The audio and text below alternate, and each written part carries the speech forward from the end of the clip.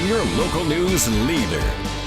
This is KQ2's Hometown This Morning. Good morning. The time is now 5 o'clock on your Wednesday. Looks like a cold day ahead of us with cloudy skies and highs in the 30s. On Tuesday, Missouri Governor Mike Parson announced the next state treasurer for Missouri during a press conference. And the National Weather Service has issued a winter storm watch for much of the northwest Missouri and northeast Kansas. Good morning and thanks so much for waking up with us. I'm David Bowden. This is Wednesday, December 21st, and this is Hometown This Morning. Jade, I have my coffee out. It's cold out there. Yes, both true statements, David. It's going to be a cold one today, so make sure to grab that warm coffee as you're heading out the door. Once again, we're starting off with cloudy skies and pretty cold temperatures. 19 right now, only feeling like 10 degrees, and that's thanks to the wind from the east-northeast, about 7 miles per hour. Also waking up to a lot of cloud cover across the area, as you can see on the radar. And just as you saw a few seconds ago, we are under a winter storm warning. This will go all through today up until Friday at 6 p.m. So we're expecting a lot of snow and a lot of cold temperatures heading our way. Today will kind of be the calm before the storm, although still very cold out there. We're starting off in the teens, 19 in Cameron, 20 in Atchison, and 17 in Mound City as we're waking up. Now what it feels like is much colder than that. Right now we're seeing wind chills in the single digits for the most part. 9 degrees in Cameron, -1 in Hiawatha, feeling like 5 degrees in Rockport as we're waking up. Now for today, things will be a little bit different. We're actually going to see a wind from the southeast. It'll give us slightly more mild temperatures for today. 7 mile per hour winds in Maysville, 7 in Rockport, and 3 in Falls City as you're waking up this morning. And for these next few hours, although it will be slightly warmer today, make sure to still dress warm as you're heading out the door. We'll see cloudy skies lasting all the way through 9 o'clock, staying in the teens for a majority of the day. However, for the afternoon, we'll finally break into the low 30s, and then we'll continue to cool down into tonight. Tonight, we're going to see dangerously cold temperatures, as well as some snow on the way, and of course, all more on that forecast coming up. David. All righty, Jade, thanks so much.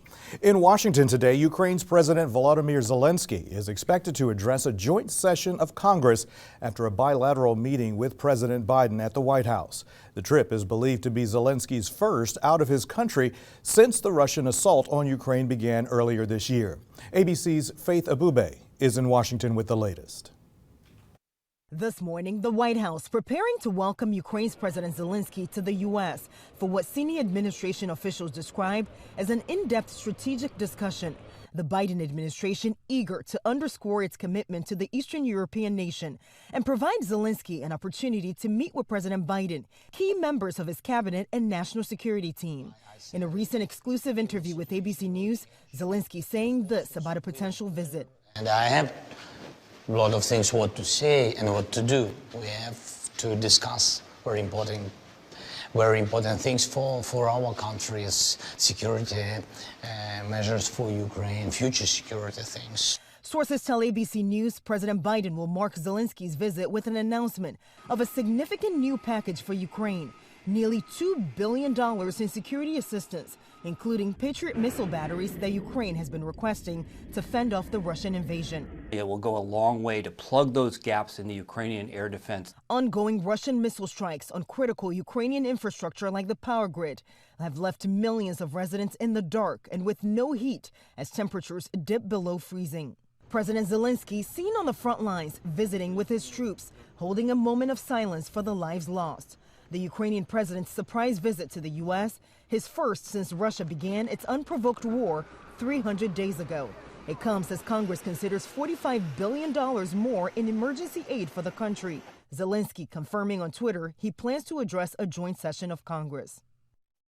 And the White House hopes this visit with Zelensky sends a message to Putin that the U.S. is in for the long haul when it comes to its support for Ukraine.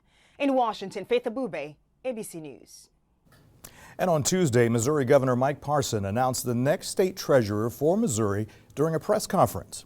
Vivek Malik has been appointed to fill the vacancy created after Treasurer Scott Fitzpatrick was elected to the office of Missouri State Auditor last month. 45-year-old Malik is a practicing attorney and business owner. According to a news release from the governor's office, Malik owns and operates the law offices of Vivek Malik.